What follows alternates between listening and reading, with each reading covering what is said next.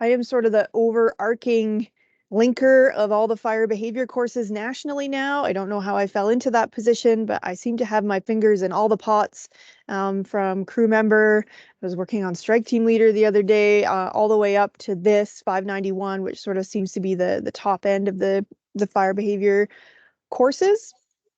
So I'm sort of overarching. Dan Parakis here, who you've met this morning, he's the actual chair of this course. So um, the person who's into the nitty gritty, basically the person you can thank for pulling all of this together is Dan. He's put his heart and soul into this in the last couple months. So we're pleased to offer you the first delivery of S591, which we're calling Advanced Tools for Wildland Fire Modeling and Forecasting. In like office talk, I just call it advanced tools. Seems to resonate here. For those that don't know the history of this, because there's some sort of grandfathered in original specialist course folks, in 2021, we started to redesign the series. There was a couple of reasons we looked at changing how the original 590 was delivered.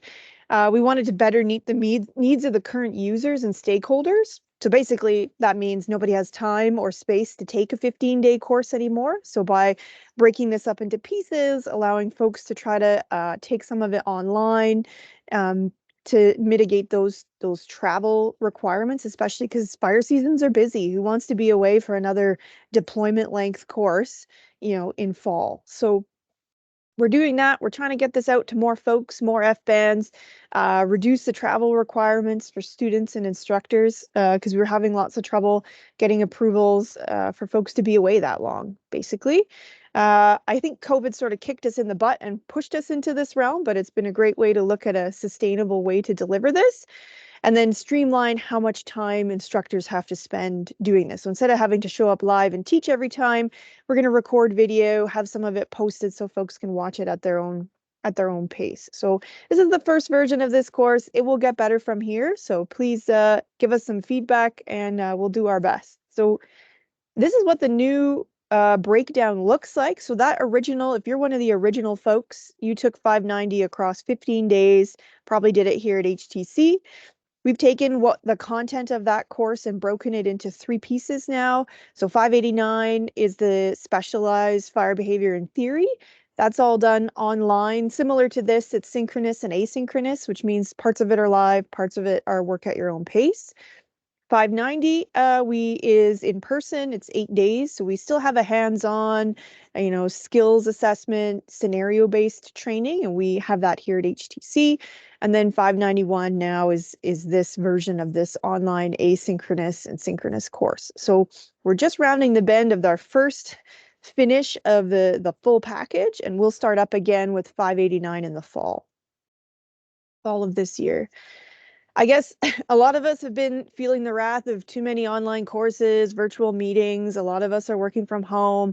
Time in front of the computer can be fairly daunting. So just a couple reminders here.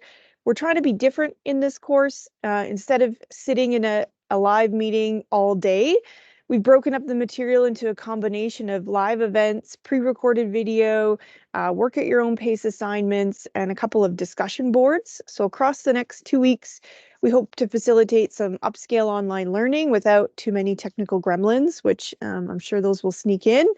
The first delivery of this, yeah, a little bit heavy in the live component of this, but in future deliveries, we're hoping to have more video that you can access at your own pace.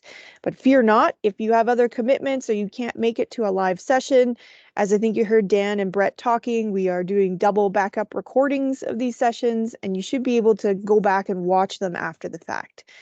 We also have some live office hours set up with instructors. So if you're unable to make the live session, but you have questions, you can still connect with us, in our little tiny Teams boxes. Some things about adult online learning. I think most of us have had some experience with this. I guess some of your own strengths and weaknesses. Like me, I keep my email open. Big mistake. I have to close my email or I can't focus on the course. If you don't have the time and space to sit down and work on this, it's not going to work. There's a big workload here. This isn't something that you just put on in the background and have it while you're doing your other job. I think you need to spend some time focusing on this. And you can be flexible as you want. You can complete your work during the week, but you can't really put it off indefinitely. I guess the going above and beyond square is about you know, sitting and let the teacher reading the way, but I would hope that this is a great forum of specialists from across Canada. So if you have topics that interest you, ask questions, put your hand up, type them in the chat. All the instructors here will appreciate your enthusiasm.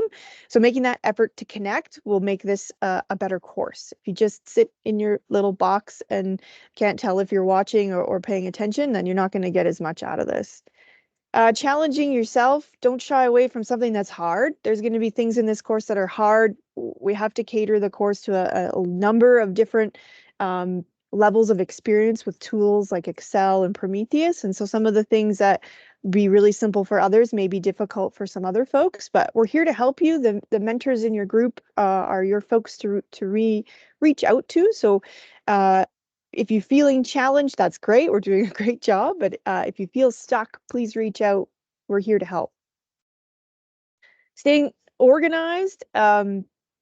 There obviously we're still juggling our personal lives, our other work life on top of the course, and that can be a bit tricky. So stay organized. The agenda in Canvas shows you when all of your assignments are due. Trying to stay on top of those due dates is important. Some studying, right? We have some quizzes. There's a lot more independent action expected of you as a virtual student, particularly when it comes to reading and reviewing that material at home. Be strategic and study smart, but save time by, reviewing the things that you really need to tick the box on. The last two are about actively participating. Just because we're online doesn't mean you can't socialize with your classmates. We're going to have these live sessions. It's a larger group. Maybe it's harder to make comments, but we encourage you to use Canvas and the big blue button to organize yourselves in your groups and have little meetings of your own where you can just talk to each other. You can commiserate about the assignments or the tests. All of this will help reduce anxiety. So have a go with that. Work together. I think Dan mentioned earlier, but the hot tip, we want to see your faces. It's easier to interact with cameras on. But as Dan mentioned, he is recording it and you have the right to refuse to have your face in the recording. So that's cool with me. But if you don't have your camera on here, maybe at least try to get to know your group and your mentor and show your face in those sort of private chat rooms. The last piece is leveraging your network. You have this huge national level subject matter experts. I don't know if you had a look at like our teacher instructor group of this. On the Canvas page we had where we introduced everybody. There's a huge wealth of knowledge here, and they are basically at your beck and call for the next 2 weeks with any sort of questions, ideas, thoughts. Take advantage of all the good stuff that these folks know. Obviously, cheating. We're not proctoring the quizzes or exams in this course. We're all adults here. You're all adult learners. You're here for your own benefit. If you want to ask Dr. Google for the answer or you want to type up something from ChatGPT, that's not something that I can stop, but that's on you.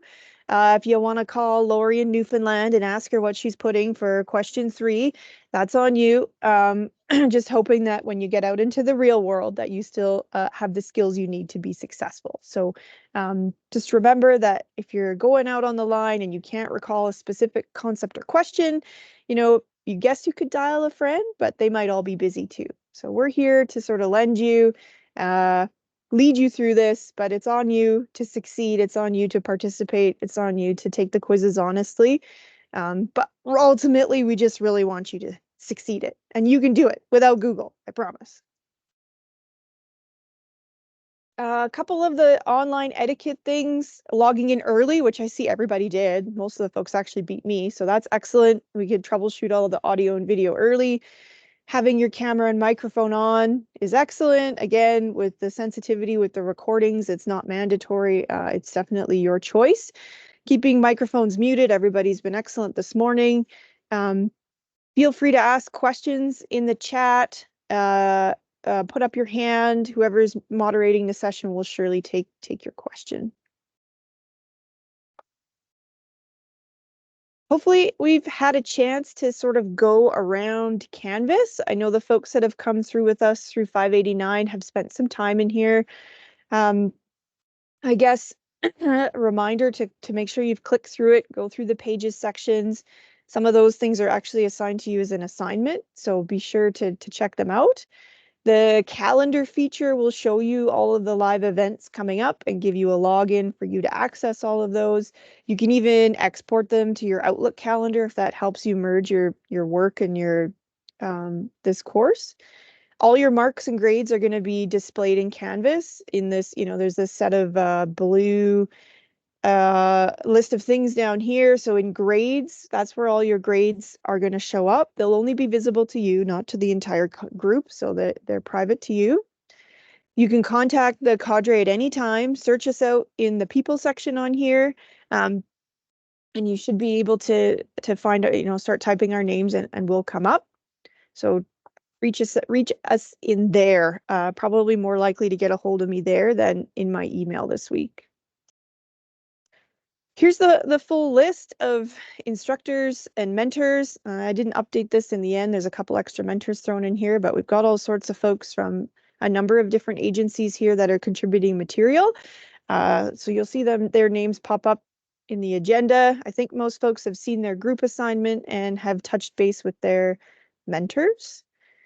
Office hours are in the calendar as well. They happen on Tuesdays and Thursdays. So this is when the instructors will be available live via Teams for the presentations that were done that week. So if you missed the presentation, but you had some follow-up questions, we're going to open up those team sessions for folks to join. I guess in the interest of protecting people's time, if nobody shows up in the first 15 minutes of that scheduled Teams meeting, then we'll probably just shut it down. But letting folks know that we're available Tuesdays and Thursdays for any sort of questions. Could be about the assignment, could be about the lecture, anything you want. So maybe you had a burning question you didn't get a chance to bring up. Again, the agenda, just a reminder, using the calendar in Canvas, it should show you what's coming up. All the Teams links should be live in there. It's basically the same Teams link for the entire course. This was just color coding the agenda, so we have some sort of deeper dives into some topics, and some are more like quick picks. I don't know if you've been to an IAWF conference, but they tend to sort of break them down like that. So some of these things, like this morning, we're going to do a pretty deep dive into modeling with Neil. And some of the other topics may be a little bit shorter, more of a quick pick. This was in the syllabus breakdown. This is how we're going to grade you in this course. So you're actually getting scored on your participation and being parts of the discussions that we post in the Canvas board. It's worth 15% of your mark. The other assignments that are posted in there will be worth 15%. We have 2 quizzes, one at the end of the first week and one in the middle of the second week. Those are going to be worth 15% a piece. Don't stress out about them. They're going to be fairly short. And we're not setting, we want you to succeed. So they're just to capture how far along, where we're at in our knowledge basis. The last piece is this final project. It's worth 40%. I think Dan's going to give us a little bit more of a rundown of what's involved in that final project. Basically going to be driven by you, and you'll be working with a partner to pull that together. I guess the last piece is contact us, reach out. We're here to help and support you, even though we're not physically together in a classroom. I'm invested in everyone here, making sure that they are following along and everything in Canvas is working for them. I'm going to open it now to Dan. If there's anything you'd like to add to my intro here, that's sort of the end of what I was going to present. Thanks, Kelsey. That's awesome. The only thing I was gonna maybe do, I don't know, in all the sort of scramble to post everything on Canvas, there's a chance that I didn't post the final or sort of near final sort of detailed color agenda, although I think Kelsey did a great job of putting it in to Canvas in the Canvas format, which is just maybe a little clunkier, but I just wanted to give a little snapshot. So for those of you who are kind of wondering how this all works coast to coast here. So if it seems a little late for the Eastern folks, Danny and Lori, apologies. We are a little more West heavy in both the students and the instructors, quite a bit actually. So yeah, you guys get to kind of bump into late afternoon dinner time here, and BC folks, we're just a little bit earlier than our normal work hours, but yeah, that's how we have to make it work. So we're all dealing with what is this, a 6-hour day roughly during the course. The live sessions sometimes pushes 6.5 hours. We have a 1-hour break, which is sort of like lunch, but Newfoundland, you're at 3:30 p.m. I don't know if that's lunchtime.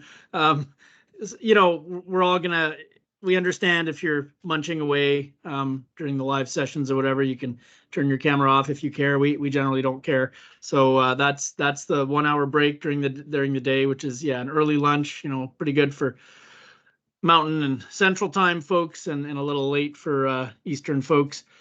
So yeah, this is kind of how the first week is gonna go, with these colors denoting the larger, longer sessions, and then the gray boxes being these sort of quicker, 1 to 1.5 hour shorter units. And we do have a quiz, which basically just covers the first 2 days, as well as some of the homework assignments. The quiz is on Friday morning, the first thing. So just a couple days worth of content, plus some asynchronous stuff. So that's kind of how that goes. And there'll be some assignments over the after Friday as well for Monday. So that's again part of the asynchronous compressed day. You have to sort of organize yourselves to make some time for those assignments too. Even if it may involve organizing yourselves for early morning or late evening or weekend work. Trying to ask the instructors not to be too cruel with the assignments. The idea isn't to beat anyone down. It's to try to get you thinking in depth about a topic for a few minutes or an hour of an assignment. I will go on more about the final project on Wednesday. But week 2 is more of the same, with a couple deeper dive topics taking up most of the day, and then a couple the quick hit units there, the 1.5 hours, and Friday's a shorter day. So I think a lot of the content, as Kelsey has explained, will be live, and a lot of it will also not be live. Will be in videos and assignments and discussions. So I think, despite what Kelsey said, the office hours, we're going to leave them open. But the point being, if you're not there right on time, please give one of the instructors or mentors a heads up that you're going to be late or whatever, or just make a separate appointment. We can totally accommodate that because it is supposed to be kind of more of a drop-in thing. I don't want to close that if people aren't there right at 9 a.m. or whatever the start of the hour is, but it does help if we know you're actually going to come. I don't think that'll be a problem. I think people will be showing up for the office hours. And the other thing is, for the instructors, on Tuesdays and Thursdays are having instructor meetings. And that's fairly important for keeping the operational flow going. So instructors, please check your emails about those instructor meetings. I think that's all I had to add. Any questions about format and all the stuff Kelsey presented, or agenda, or anything before we turn things over to Neil? This might be a good time for a quick 5 minutes before we jump in as well. But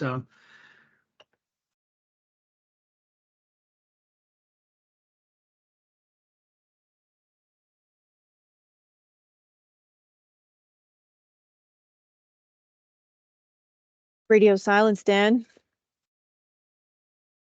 I'll ask a question. Go, please do. I guess this is kind of the elephant in the room question. The course was advertised as having a pretty Prometheus heavy content component to it. However, Prometheus is approaching its end of life, and so I was just curious if we could talk about the I guess thought process that went into that whole bit. Sure, can who leave wants to that field to this? me. right. Brett or Neil, that's for you Yeah. guys. You can leave that to me. We'll cover that in the course. That's what today's about. But it's a great question, Andrew. I'm going to capture that one, and we will cover that in our discussion this morning. Awesome, thanks, Neil. I guess before I cut everyone loose for a 5-minute break, just before Neil, I'll just point out, please do try to show up on time, like meaning a minute or so before the unit starts. I don't think we're going to be in the habit of waiting like, oh, we'll give everyone another couple minutes to show up. Like it is with, a compressed day, like we're pretty much going to, if it says 8 o'clock, 9 o'clock, 10 o'clock, we're pretty much going to ask instructors to start right away, right? It's going to be recorded. So if you missed the first slide or so, that's on you. So yeah, if you value the live kind of, the live show, then please show up a minute or two early. It just helps us avoid wasting everyone's time in such a format. It's pretty important, I think. So stuff happens, we know, but yeah. And with that said, don't know if there's any final questions or other questions. This is a good time to take 5 minutes and come back at maybe 1 minute before the hour, and then we'll turn it over to Neil. I don't think I'm going anywhere, so if people want to keep asking questions, that's fine, but we'll probably, yeah, good time for a last little break. And I'm going to stop the recording and get ready to start it again for Neil's session too. That's my reminder to myself. Thanks, Dan. Yeah, give me a quick call, Dan. Okay. Take a moment.